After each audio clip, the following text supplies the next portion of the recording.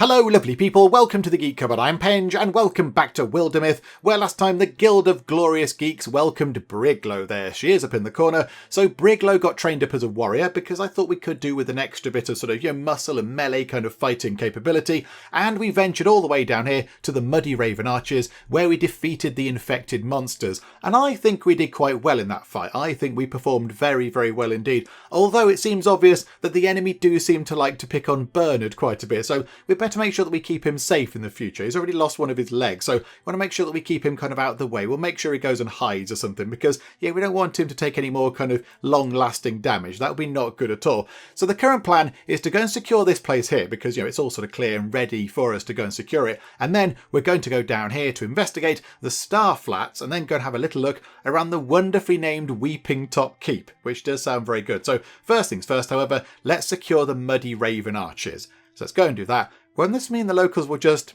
move in? Yeah, absolutely. So what does it provide us? I didn't actually see what it provides us. Oh, botheration. It'll provide us something nice, I'm sure. So we can either investigate thoroughly or just work faster. I mean, this time round, I think we want to get down to Weeping Top Keep nice and quick. So why don't we just kind of get it done? Fix what's broken, leave it at that. Let's just get this done nice and quick. I mean, there's 4 of us, and it's going to take 15 days. Although Bernard is struggling a bit for health. Bernard is on 2 out of 7 health. Betty's on 6 out of 8. Briglow is on 6 out of 8. Yeah, we could do with having a bit of a rest. How do we heal up? Do we just sort of spend some time sitting about? I don't know. Well, let's do that for a while. Maybe that will let sort of stuff tick up. The Library of Light.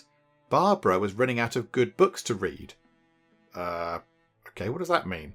What does that mean? Scout this tile for information. Hang on, what? I'm really confused. What does this mean? Opportunity? Hang on. A new sort of story thing's popped up. Okay, this is exciting. Reading is an escape for some. For Barbara, it represents other lives they can freely live. There's no need to give anything of themselves, only to be tender with these wobbly, worn spines. The resinous candlelight sticks to their cheeks. Digging up this library walled away inside a ruin, there was no question where they would spend the summer. Okay, so we're spending quite a bit of summer inside this kind of dark, dingy library. Unfortunately, they fall into a rut of reading they can't climb out of. More of the same. There's those piercing green eyes again. Okay, where? And of course, their coy smile. Always their auburn hair, their piercing green eyes. Hey Barbara, you'll want to see this, says Bernard. Another grizzled veteran showed up. Seriously? For once, can we have a veteran that's not grizzled? I think they have to be grizzled. Bernard's probably a bit grizzled now. Is Bernard a veteran? I don't think he is. Oh, Bernard, I was reading. You do seem to be reading and yelling, which aren't concurrent for most people. Sorry, it's just that it's reading the same words 100 times. No surprises. It ceases to move you. In fact, it turns you quite sour. Barbara reshelves the offending novel. Why do you keep reading that stuff then? It's a good question. Wait, what do you mean why? Anyway, you came to tell me something, right? You have such piercing eyes. Maybe it's about that book you've got? Oh, yeah, he seems to have a book on him. Oh yeah, brace yourself, Barbara. I was nosing around in here the other day, and look what I found. Saving the little book from a damaging fall, they glare at Bernard, and then open to the marked page. Huh? This is just a map. To the Library of Light? What's the Library of Light? It's fake. It must be. Even I know. It's just a story. Love, how many times have you daydreamed about finding that place? Oh yeah, because of course they're in love now, which is all wonderful. Okay, so I guess we shouldn't rule it out, I'll get my gear. Or, I don't know, let me finish Revenge of the Skull first, and then of course the sequels. How many are there? Like 16? Oh no, let's follow a map and go and find the Library of Light. It sounds amazing. Let's go and do that. We can only pick 3. We can only pick 3 people. Hang on.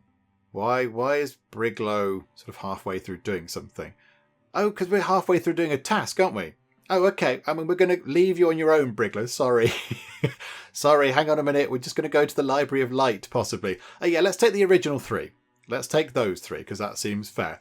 And we're going to go... Oh, we're leaving her on her own to go all the way back over here.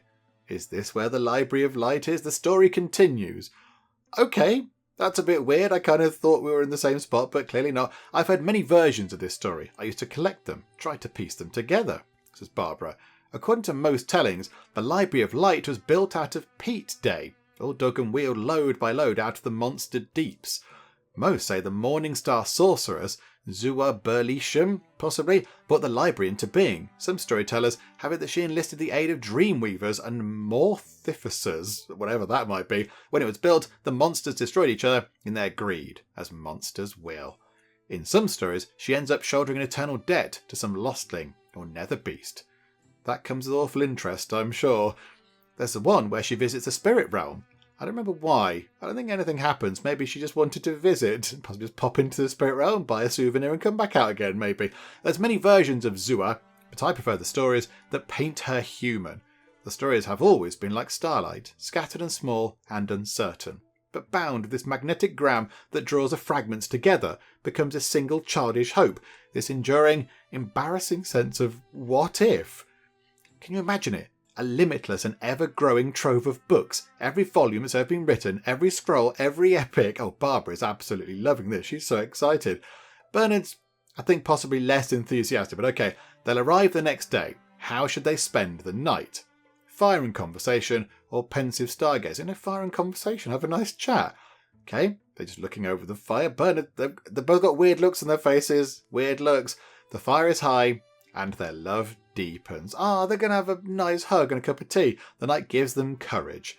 But the next morning, they'll reach their goal and find it guarded. That's no great surprise. I was kind of expecting there to be a bit of a guard. Combat modifier, all heroes, +2 damage or potency. But only for 3 turns, it seems. And there's a hill guardian, a ponderous bulk that moves with an unexpected delicacy. Okay.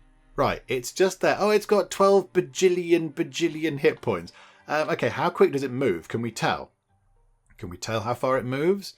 I don't know. I don't think we should get close to it, because I suspect maybe the Hill Guardian could possibly crush us to death quite easily. Barbara, can we interfuse with things? What about a branch? So then we could do a Splinter Salvo, because we're an elementalist. We can do a little bit more damage with that. So you take control of that, and then do a Splinter Salvo. Why can't we do that one? Single action ends turn. We'd need 3 action points, do we?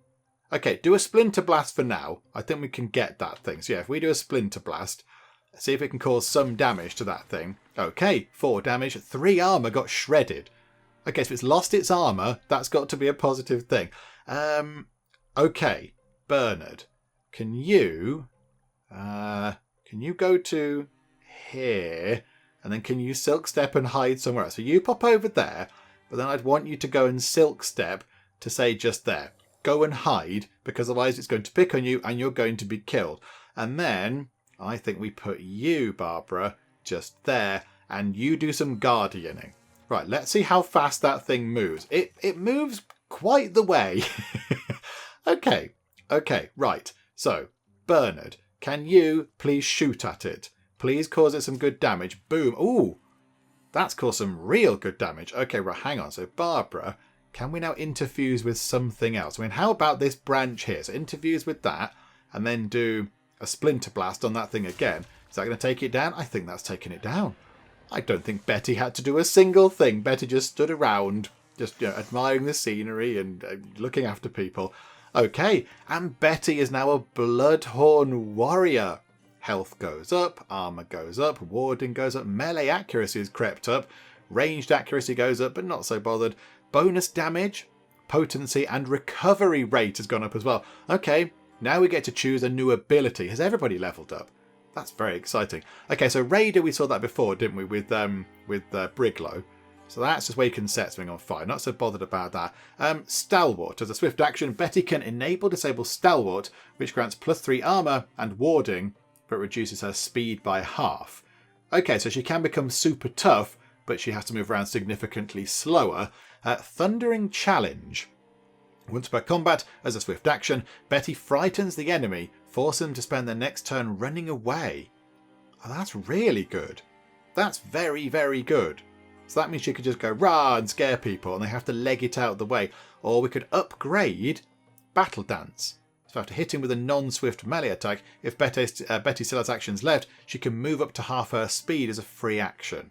I quite like this. I like Thundering Challenge. I think making the enemy run away has got to be a good thing. If we're in trouble, we can do that, and they can just get out of the way for a turn, and we can try and rebuild. Let's have Thundering Challenge. And we found the Red Wrath of Ruby Rabbit. Okay, that sounds fun. Who do we give that to? I think possibly. We've got Stabby Stab. Maybe we'll give it to Briglow. She's not here right now, but we'll hand it over to Briglow. We'll call it the Red Wrath of Ruby Rabbit. We'll keep that. That's massive. Look at that thing. It's huge. Right, so you have that.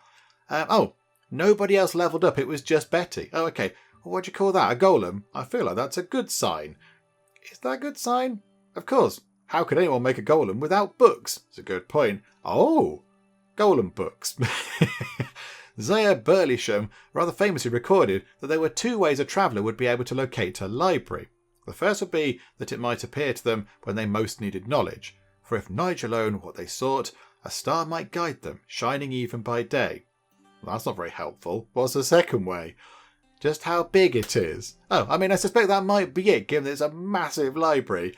The interior of the library is a symphony of sunlight, playing for a frozen ballet of crammed shelves. That's very poetically lovely, isn't it? The air is so fresh, but so old. Every space is crowded with volumes. These beams are the size of redwoods. This is what dreams look like. Could you even dream this? Asked Bernard. No, they're just so happy together. The library was a dream. That's where it began. Why, I studied magic all my life, same as every magician. I wanted to make my dreams real. I didn't understand. Then, when dreams come true, people have a way of turning inward. It's hard not to curl around the thing you most wanted. The library was a dream, and that's what it must remain. Okay, there's Zua. Is that bad? Is she going to attack us?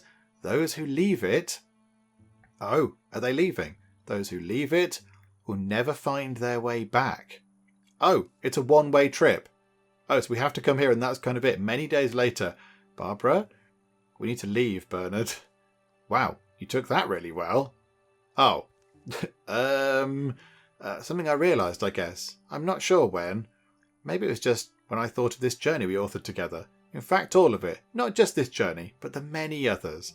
I'm glad we came here. Glad we found it. Saw it all. I've always been afraid to write my own stories. Afraid they'd end up nowhere and matter to no one. Oh, Barbara, you're in a story now and it's wonderful. Bernard's just looking on. But I think that could be the next dream for me. And around the campfire, I imagine. Barbara, what if you can't go back? Kind of looking at them. In stories, isn't that the rule? That you can only visit it once? Yep, she's looking out the fire. You know, I've been reading since I was small. Books by heroes and half-crazies, fiction of all kind and quality. What I'm thinking now is, it's time I start putting life into my own words. Ah, that's wonderful. Oh, and she's levelled up as well. There we go. Quest complete plus 10 retirement age. Okay, so the characters have a retirement age. Now, does that apply to everybody, or is that just Barbara? I don't know. Barbara and her spoon. I love the fact she's carrying a spoon. Okay, so Barbara's stats go up. So what can we do? Vigor flow. Why is Bard slightly greyed out? Don't quite know what that's great. So we could upgrade Elementalist. So, Splinter Blast and Splinter Salvo do more damage and can hobble them. And then we can have Infernal Rain change from single target to area effect. That could be quite good. Barbara reduces the cost of recruit jobs by 1, plus 5 stunt chance to all heroes in the party. Yeah, okay. I don't fancy her being a bard. I don't see her as somebody who's singing away. Open Mind. Barbara can interfuse with 1 additional target. Oh, so she could control 2 different things at the same time. Oh, that's very good. Or Vigor Flow. For each interfused object, Barbara's physical attacks gain plus 2 damage. Interfused objects take 1 damage whenever a physical attack is used. Yeah, we don't... Not so bothered about that. She stays out the way and uses the terrain. I think maybe Open Mind or upgrade Elementalist. I'm not quite sure which one we should go for. Interfusing with 2 things would be quite handy. So you could connect to 2 different things and then you could attack twice on your next turn or whatever. But having upgrade Elementalist would be quite good. Let's have Open Mind. We're going to go for Open Mind. There we go. Right. Is that all sorted? Is everything sorted? Right. Can we go back over here, please? Because I kind of feel, can we gather? Can we all gather over here, you lot? 33 days away. Let's get back over here, please. There is going to be an incursion in 60-something days. Don't know quite where that's going to happen. And there we go. Muddy Raven Arches has been cleaned and put into good order with time left for a few days of comfort. Muddy Raven Arches will return to the hands of the common folk while they tend it. It's going to provide resources. Okie doke. So we're going to get, wood. 3 lots of lovely wood. I imagine that's quite good for making weapons and all that kind of stuff. Yeah, okay, right, let's get them back over here. Right, we arrived at Jevon Woods. We're all in the same place again. Hello, Briglow. Sorry, we went to look at a magic library for a bit. I think we go prepare defense. Fortify this tile against enemy incursions. It takes time to prepare defenses. Okay, do you want to think about that? It might be an idea, because that's the only way in to sort of up here for now. So maybe we could prepare some defences. Oh, okay. This is quite exciting. Do we want to do this or not? I don't really know. Several vulnerabilities here, but that's how we know they'll come for it. Imagine the carnage. Ugh. Cookfire would be in that clearing behind us. During an enemy incursion, each tier of defence will slow down the enemy and reduce their incursion size by 1. Defences will also grant buffs during a defence mission.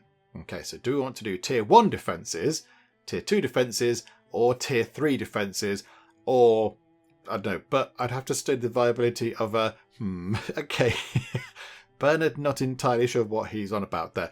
I mean, if we're going to do it, shall we do it properly? There's 4 of us. Let's make some tier 3 defences over here, shall we?